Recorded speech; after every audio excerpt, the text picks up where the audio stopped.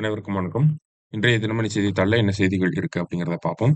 முதல் செய்தியில வந்து பார்த்தீங்கன்னா, இயற்கை விவசாயத்தில் சிறந்து விளங்கும் மாணவர்களுக்கு நம்மாழ்வார் விருது அப்படின்னு சொல்லி குடுத்துருக்காங்க. சரியா? ஸோ ஸோ சுற்றுச்சூழல் தினத்துடைய விழா அப்படிங்கிறது நம்மளுடைய ஆளுநர் மாளிகையில நடந்திருக்கு. சரிங்களா? அதுல அவரு என்ன சொல்லியிருக்காரு அப்படின்னு பார்த்தீங்கன்னா, நம்ம ஆளுநர், அ இயற்கை விவசாயத்துல சிறந்து விளங்கக்கூடிய வேளாண் பல்கலைக்கழக மாணவர்கள் இருப்பாங்க இல்லையா? அவங்களுக்கு இந்த நம்மாழ்வார் விருது வழங்கப் போறேன் அப்படிங்கிறத சொல்லியிருக்காரு. ஓகேங்களா? இயற்கை விவசாயத்துல சிறந்து விளங்கக்கூடிய வேளாண் பல்கலைக்கழக மாணவர்களுக்கு தான் இந்த நம்மாழ்வார் விருது வழங்கப் போறாங்க. கிட்டத்தட்ட ரூ. 50,000 அ பரிசுத் தொகையோட பார்த்தீங்கன்னா, நமக்கு தங்கப் பதக்கத்தோட இந்த ஒரு விருத வழங்கப் போறாங்க. இதே மாதிரி நம்மாழ்வார் விருது அப்படிங்கிறத இயற்கை விவசாயத்துல சிறந்து விளங்கக்கூடிய விவசாயிகளுக்கு தமிழக அரசாங்கம் வழங்குறாங்க. இந்த நம்மாழ்வார் விருது வந்து பார்த்தீங்கன்னா, ஆளுநர் சார்பாக வழங்கக்கூடிய ஒரு விருதாக இருக்கப் போகுது அப்படிங்கிறத சொல்லியிருக்காங்க. சரியா? 2த்துக்கும் உள்ள டிஃபரன்ஸ புரிஞ்சுக்கணும். ஒண்ணு இயற்கை விவசாயிகளுக்கு வழங்குறது வந்து தமிழக அரசாங்கம். வேளாண் பல்கலைக்கழக மாணவர்களுக்கு வழங்குறது தான் யாரு? நம்மளுடைய ஆளுநர் சார்பாக குடுக்கப் போறாங்க. சரியா? அதான் முதல் செய்தியில வந்து குடுத்திருக்காங்க. அடுத்ததா பார்த்தீங்க அப்படின்னா, நமக்கு ஆந்திரா கவர்ன்மெண்ட் இருக்காங்க இல்லையா? ஆந்திரா கவர்ன்மெண்ட் என்ன பண்ணியிருக்காங்கன்னா, அதிகபட்ச வேலை நேரம் அப்படிங்கிறத இன்கிரீஸ் பண்ணியிருக்காங்க. பொதுவாவே நம்ம பார்த்தோம்னா 8 மணி நேரம் வேலை. அதுவே வந்து ரொம்ப கஷ்டமா தான் இருக்கும். ஆனா ஆந்திரால பார்த்தீங்கன்னா 9 மணி நேர வேலை, அ அந்த ஒரு ரேஷியோ தான் இருக்கும். இப்ப இந்த 9 மணி நேர வேலைய என்ன பண்ண போறாங்க அப்படின்னா, 10 மணி நேர வேலையாக மாத்தப் போறாங்க. சரிங்களா?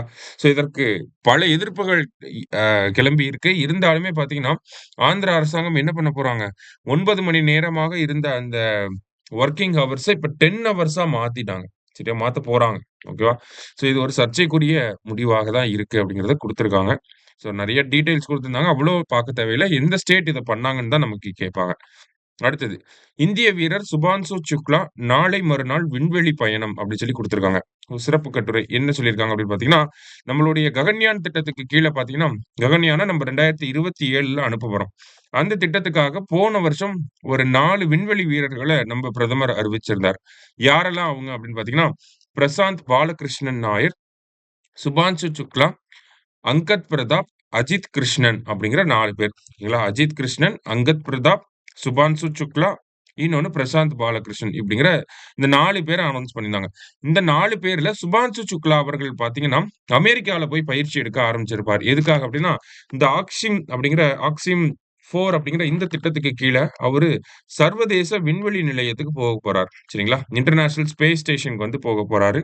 அவரோட கூட சேர்ந்து யார் போகப் போறாங்க அப்படின்னு பார்த்தீங்கன்னா, போலாந்து நாட்டைச் சேர்ந்த ஸ்லாவோஸ் உஸ்னாஸ்கி அப்படிங்கிற அவரும், அதே மாரி ஹங்கேரி நாட்டைச் சேர்ந்த திபோர் கபு அப்படிங்கிற இன்னொரு விண்வெளி வீரர். இவங்க 3 பேரும் சேர்ந்து தான் இங்க வந்து போகப் போறாங்க. சரியா?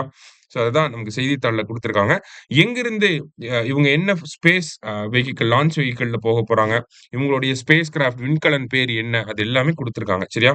ஸோ, ஆ அமெரிக்காவோட புளோரிடா அப்படிங்கிற நகரத்துல இருக்கக்கூடிய கென்னடி ஸ்பேஸ் சென்டர்ல இருந்து தான் இவங்களோட ராக்கெட் வந்து லான்ச் ஆகப் போகுது. எங்கன்னா கென்னடி ஸ்பேஸ் சென்டர் புளோரிடால இருக்கு. என்ன ராக்கெட் அப்படின்னு பார்த்தீங்கன்னா, எலான் மஸ்கோட அந்த ஃபால்கான் 9 அப்படிங்கிறது தான் அந்த ராக்கெட் பேர். ஓகேங்களா? லான்ச் வெஹிக்கிள் அதுதான். இவங்க போகக்கூடிய விண்கலத்தோட பேர் என்ன அப்படின்னு பார்த்தீங்கன்னா, டிராகன் விண்கலம். சரியா? டிராகன் அப்படிங்கிறது இவங்களுடைய விண்கலத்தினுடைய பெயராக இருக்கு. சரியா? அதெல்லாம் குடுத்திருக்காங்க. அடுத்ததா பார்த்தீங்க அப்படின்னா, எவ்வளோ நாட்கள் இவங்க அங்க இருக்கப் போறாங்க அப்படின்னு பார்த்தீங்கன்னா, ஒரு 14 நாட்கள் வந்து இருக்கப் போறாங்க. ஓகேவா? டிராகன் விண்கலத்துல போய் ஒரு 14 டேஸ் வந்து நமக்கு இன்டர்நேஷனல் ஸ்பேஸ் ஸ்டேஷன்ல வந்து இருப்பாங்க. என்ன வேலைய பண்ணப் போறாங்க? என்ன மாதிரியான ஆய்வுப் பணிகள வந்து பண்ணப் போறாங்க அப்படின்னு பார்த்தீங்கன்னா, குறிப்பா நம்மளுடைய சுபான்சு சுக்லா அவர்கள் வந்து பார்த்தீங்கன்னா, உணவு மற்றும் ஊட்டச்சத்து தொடர்பான ஒரு சில சோதனைகள வந்து பண்ணப் போறாரு. அதே மாரி பார்த்தீங்கன்னா, நமக்கு அவுட்டர் ஸ்பேஸ்ல வந்து அந்த பச்சை பயிறு, வெந்தயம் ஆகிய விதைகள்லாம் வந்து வளருமா? அப்படிங்கிற அந்த மாரியான டெஸ்டிங்க வந்து பண்ண போறாங்க. ஏன்னா, இது எல்லாமே பார்த்தீங்கன்னா, ஃபியூச்சர் ஸ்பேஸ் மிஷன்ஸ்க்கு தேவைப்படக்கூடிய ஒரு எக்ஸ்பெரிமென்ட்டா இருக்கு. ஓகேங்களா? நம்மனால விண்வெளியில பயிர்கள வந்து விளைவிக்க முடியுமா? அப்படிங்கிறது.